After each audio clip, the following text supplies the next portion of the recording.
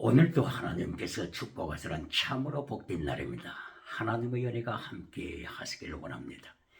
오늘은 여호수아서 제9장에서 상고하겠습니다. 9장의 주제는 멸망에서 생명으로 축복받은 족속에 대한 말씀입니다. 다시 부언하게 되면 헤렘이라고 하는 멸망에 바쳐진 운명에서 하나님의 은총으로 생명 반열로 들어가는 축복의 사건입니다.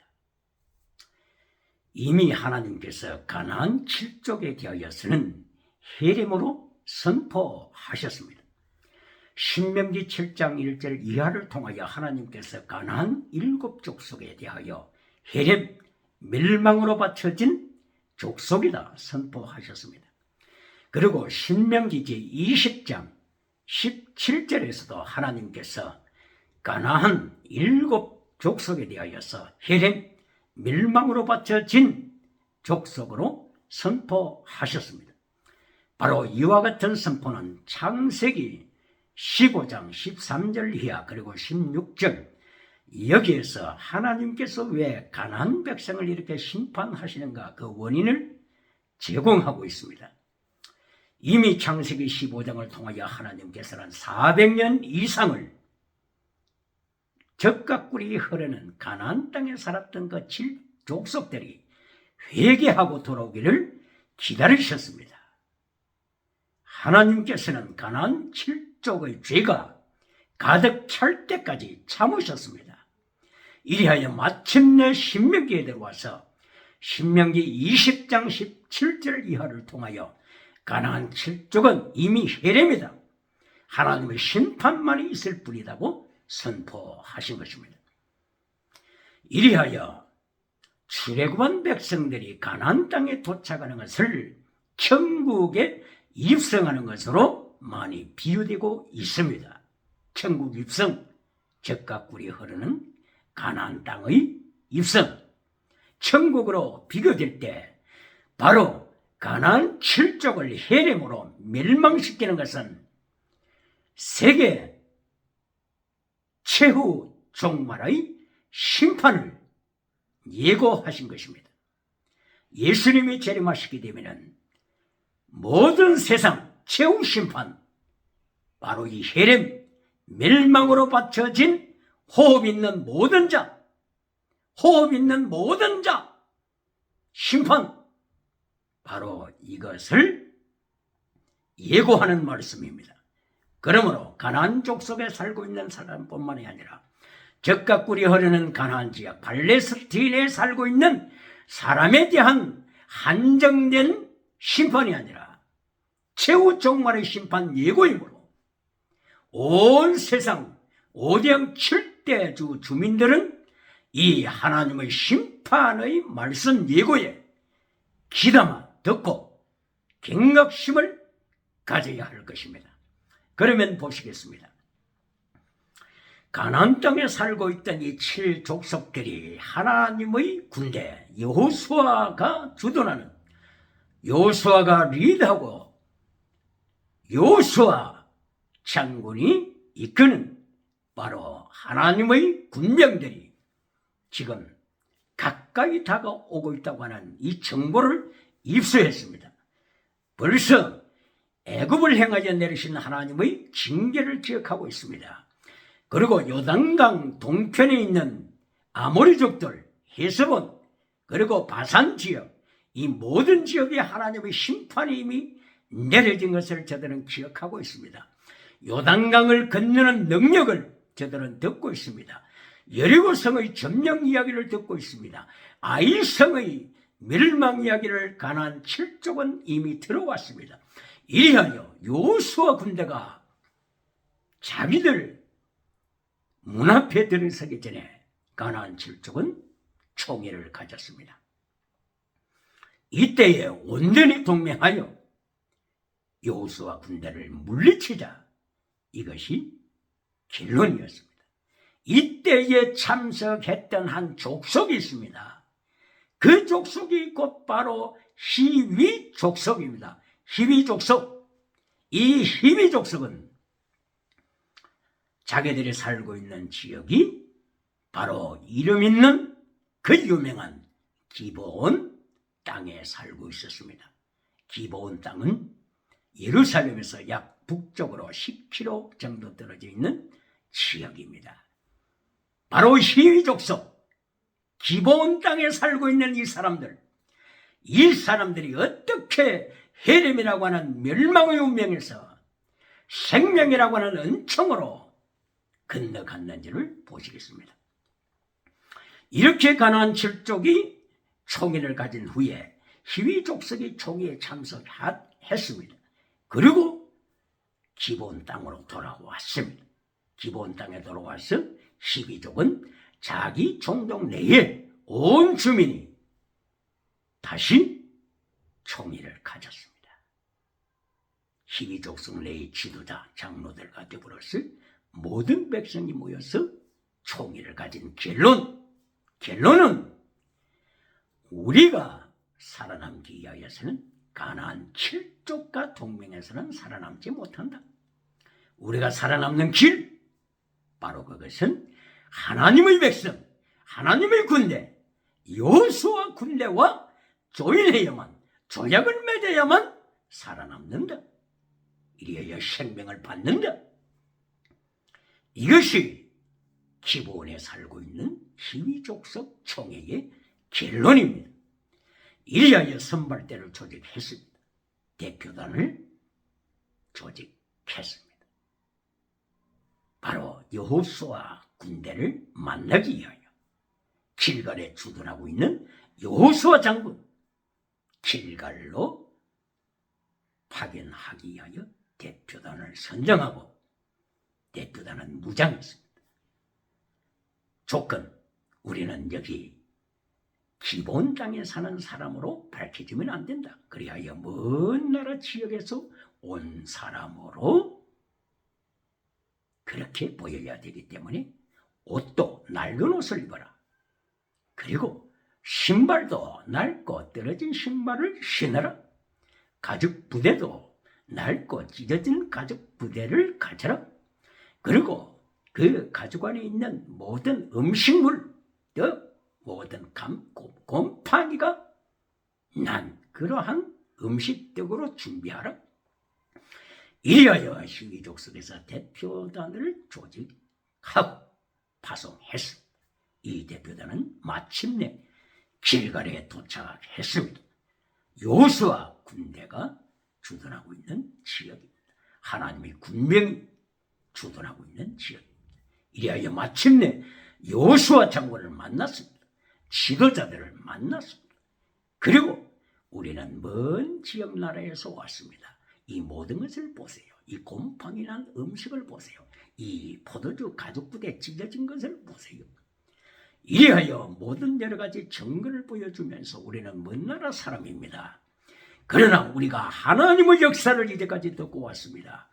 애굽에서 행하신 하나님의 기적을 우리가 들었습니다. 그리고 요단강 동편에서 하나님께서 헤스본 왕국을 파멸시킨 사건 이야기를 들었습니다. 요단강 도강 사건 이야기를 들었습니다. 여리고 아이성 멸망 이야기를 들었습니다. 우리는 하나님의 역사를 듣고 하나님의 은총을 잊기를 원합니다. 그러므로 우리와 조약을 맺읍시다. 이렇게 제의를 했습니다. 여호수아와 여호수아 군병들 그리고 지도자들은 모든 것을 상세하게 조사하지 않고 섣부른 가운데 하나님께 묻지 않았다고 했습니다. 이렇게 쉽게 조약을 체결했습니다. 조약 체결, 바로 이 조약 체결, 카라트, 비리트가 언약이죠. 언약, 비리트가 언약. 그래서 조약을 맺다, 언약을 맺다. 여기에서 카라트, 비리트, 바로 이 카라트라고 하는 이 의미에는 조약을 맺다, make covenant, make treaty.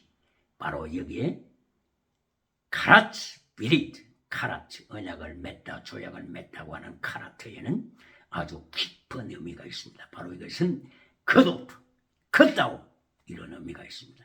이것은 죽인다 의미가 있는 것입니다.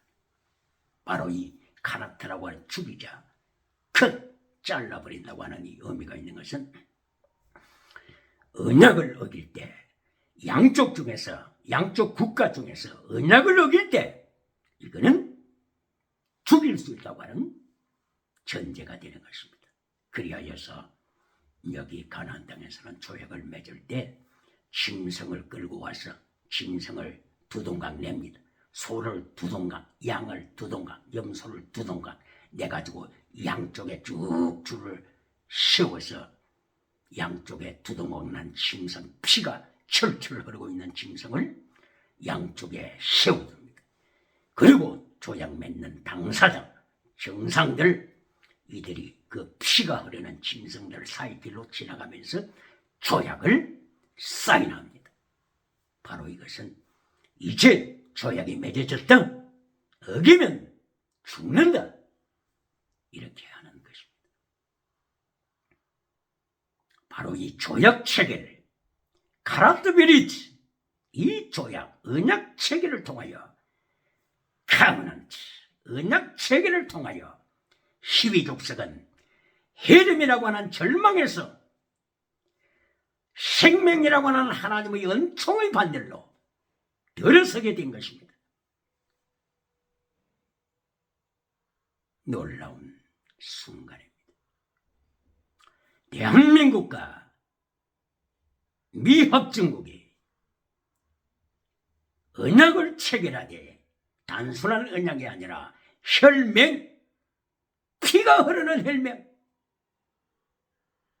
짐승의 피가 양쪽에 흐르고 있는 그 가운데를 지나가면서 피로 맺은 혈맹, 언약을 파괴하면 죽는다, 죽기까지 운명을 같이 하는 혈맹, 이승만 대통령을 통하여서 미국과 대한민국이 혈맹을 가져가선 하나님의 놀라운 은총입니다.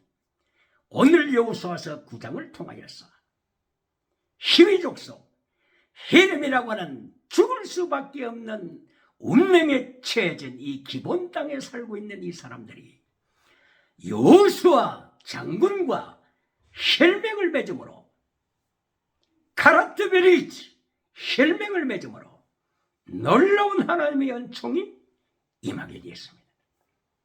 그러면 그 결과는 어떻게 됐습니까? 가나안 7족, 이들이 멸망할 때 히위족인, 가나안 7족 중에 하나인 히위족인 바로 이 사람들은 바로 이 혈맹 때문에, 조약 때문에 살아나서 하나님의 은혜를 입게 된 것입니다. 가나안 7족을 하나님이 심판하시고 멸할 때 그 단어 중에 하나가 호흡 있는 자는 모두 죽여라고 하는 것입니다. 호흡 있는 자, 호흡 있는 자는 죽여라. 남녀 노유 할 것 없이 호흡 있는 자는 죽여라. 어린이도 다 해당되는 것입니다. 호흡 있는 자, 이 호흡 원어를 찾아보게 되면 니샤마라고 하는 원어입니다. 니샤마 하이, 니샤마 들어본 것 같지 않습니까? 창세기 2장 7절 이하에서 하나님께서 아담을 창조하실 때에 흙을 아담을 창조하신 후에 니샤마 하이를 아담의 코에 불어넣어 주셨습니다. 그 결과 아담은 동물과는 다른 네피시 하이, 영에 속한 사람으로 태어난 것입니다. 그러므로 니샤마 하이, 니샤마, 바로 이 니샤마라고 하는 이 말 속에는 스피릿, 영이라고 하는 의미가 있습니다. 그리고 soul, 영혼이라고 하는 의미가 있습니다. 다른 하나는 호흡, 브레스, 호흡이라고 하는 의미가 있습니다. 그리고 다른 하나는 짐승, 애니멀이라고 하는 의미가 있습니다. 그러므로 영혼이 죽어버릴 때 영혼, soul, spirit, 영혼이 죽어버리고 숨만 쉬고 있을 때, 그래서 숨만 쉬는 자, 저들은 동물과 같은 것이다. 동물, 이리하여 호흡 있는 자만 죽여라. 바로 이것은 영이 죽어버린 자, 영혼이 죽어버린 자, 단순하게 호흡만 있는 자, 브레스, 호흡만 있는 자는 죽여라. 바로 이것은 천국 문 앞에서도 꼭 마찬가지입니다. 하나님께서 최후 심판하실 때 영혼이 죽어버리고, 라오디게아 교회처럼 영혼이 죽어버리고, 지나가는 은사 좋아하는 사대교회처럼 살았다는 이름은 있지만 힘없이 없는 영혼이 죽어버린 자들, 단지 호흡만 하는 사대교회, 라오디게아 교회, 이들은 하나님의 심판, 예수님의 최후 심판 앞에서 죽임을 당하게 되는 것입니다. 죽임을 당하게 된다는 하는 것은 불타고 있는, 유황불이 타고 있는 바로 지옥으로 떨어진다고 하는 말씀입니다. 그러므로 가나안 땅을 향하여 혈행으로 하나님께서 멸망으로 바쳐진 사람, 혈행으로 선포하시고 이렇게 심판하시는 것은 최후 심판을 보여주시는 것입니다. 예수님의 최후 심판 보여주시는 것입니다. 이때에 하나님의 기적의 사건을 듣고 가나안 7족에서 빠져나왔던 이 히비 족속, 기본에 살고 있는 이 주민, 이들은 여호수아 군대와 함께 언약을 맺었습니다. 가라트비릿, 혈맹을 맞았습니다. 혈맹을 어기면 죽는다, 이러한 혈맹을 맺었습니다. 그러면 결과를 보시겠습니다. 사무엘하서 21장 1절하에 다윗 왕이 정치하고 있을 때에 연분년 3년간 흉년이 들었습니다. 연분년, 계속해서 연속적으로 3년간 흉년이 들었습니다. 한 해 동안만 흉년이 들어도 얼마나 국가적으로 위기가 되겠습니까? 그러나 계속해서 3년간 흉년이 들자 다윗은 하나님 앞에 무릎을 꿇고 기도를 드렸습니다. 그때에 하나님이 다윗에게 나타나셔서 하나님께서 왜 이렇게 기근이 왔는지에 대하여서 그 원인을 가르쳐 주셨습니다. 바로 그것은 사울왕 죄 때문이었습니다. 사울왕이 하나님 앞에 충성한다고 하는 이러한 외모적인 모습으로 하나님의 백성과 언약을 맺었던 바로 이 기본 사람들을 학살했습니다. 사울 왕이 자기가 정치할 때 기본 사람을 죽였습니다. 하나님께서 다윗 왕에게 이것을 가르쳐 주셨습니다. 이리하여 다윗은 기도를 마치고 일어나서 기본 사람들을 만났습니다. 우리 민족이 이렇게 당신들 민족에게 죄를 지었습니다. 혈맹을 맺었는데 혈맹을 지키지 아니하고 혈맹 카라트 비리트 언약을 어기면 죽는다. 카라트 비리트 이 언약을 우리가 어겼습니다. 어떻게 하면 좋겠습니까? 이렇게 하니까 기본 사람들이 말했습니다. 바로 이것은 사울왕의 피값입니다. 사울왕의 피값은 은과 금으로 돈으로 해결되는 것이 아닙니다. 그러므로 제의하겠습니다. 사울왕의 아들을 그리고 손자 7명을 내어주세요. 우리가 저들을 죽이겠습니다. 이리하여 다윗은 사울의 후손 중에서 7명을 선정하여서 기본 사람들에게 내어주었습니다. 그리고 기본 사람들은 사울의 후손 아들들 그리고 손자들 7명을 죽였습니다. 무엇을 말씀하는 것입니까? 바로 기본족, 기본 사람 12족, 가나안 7족이 멸망당할 때 여호수아 군대와 하나님의 이름으로 언약을 맺었으므로 살아났을 뿐만이 아니라 이렇게 사울 왕으로서도 기본 사람을 죽일 때 하나님이 기억하시고 사울 왕에게 하나님께서 징벌을 하신 것입니다. 그리고 기브온족을 하나님이 지키시는 것입니다. 할렐루야. 다시 한번 질문하겠습니다. 땅의 복으로 성공복으로 메시지를 종결시키는 메신저들이 있습니까? 사울 왕처럼 이 세상에 왕이 되기까지 성공한 사람이 있습니까? 성공한 사울 왕이 어떻게 됐습니까? 하나님의 말씀을 어길 때 성공하고, 하나님의 말씀을 어길 때 성령님이 떠난 사울, 그리고 처참하게 사울의 마지막 남은 후손들까지도 멸하시는 하나님의 역사. 오늘도 땅의 복으로 길론 맺는 메신저들이 있습니까? 요한 3서 1장 2절 땅의 복 건강복으로 길론 짓는 메신저들이 있습니까? 요한 3서 1장 3절 이하에 진리를 잘라버리는 메신저들이 있습니까?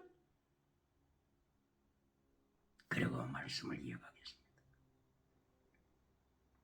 다윗 왕 때에 일어난 기브온 땅의 사건입니다. 그 후에 기브온 땅은 어떻게 되었습니까? 하나님과 언약을 맺었던, 여호수아 장군과 언약을 맺었던 히브리 족속 기브온, 바로 그 지역은 성지가 되었습니다.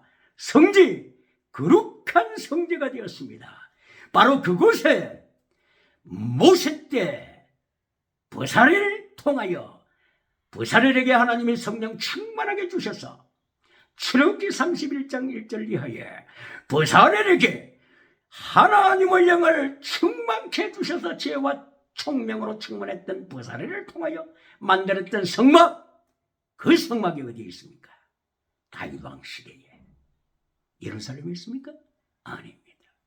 기브온 땅, 기브온, 예루살렘에서 10km 떨어져 있는 기브온 땅, 히브리 족속이 살고 있는 기브온 땅이 성지가 되어 바로 모세의 성막, 타버너클 오브 갓, 타버너클 성막이 기브온 땅에 있습니다.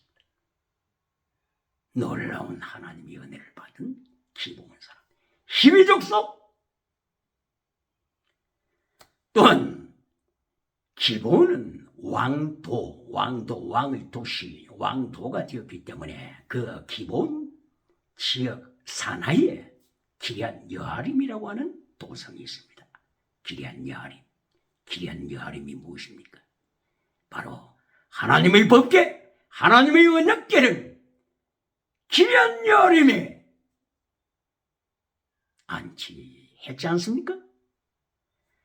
블레셋 나라에 실로 교회가 하나님의 법궤를 빼앗기는 타락을 했을 때 블레셋 사람들이 하나님의 법궤를 베세메스로 옮겼었는데, 바로 베세메스 사람들이 하나님의 말씀에 불순종하여 하나님이 심판하시다. 바로 하나님의 법궤를 기럇 여아림으로 옮겼어. 사무엘 시대 기럇 여아림에 하나님의 법궤가 있었습니다. 그리고 다윗의 왕이 되자 마침내 기럇 여아림에서 예루살렘 다윗의 도성으로 하나님의 법궤를 옮겨왔지 않습니까? 이렇게 기브온에 속한 기럇 여아림, 하나님의 성막이 안치된 기브온, 하나님의 법궤가 위기 중에 안치되었던 기럇 여아림, 바로 이 모든 지역을 포섭하는 기브온 땅, 하나님의 성지, 놀라운 역사가 일어난 것입니다. 죽어야 할, 멸망받아야 할 헤렘의 운명에서 생명의 은총으로 하나님의 영광을 드러내는 은총으로 나왔습니다. 뿐만이 아니라 다윗 왕 때에는 그러므로 예루살렘에 하나님의 법궤가 나중에 안치되었기 때문에 예루살렘 성에서도 하나님 앞에 거룩하게 제사를 드리고 그리고 기브온 땅에서도 예배를 드리고 제물을 바쳤습니다. 그러므로 제사장 중에서는 예루살렘에서는 아비아들 제사장, 그리고 기브온 땅에서는 사독 제사장이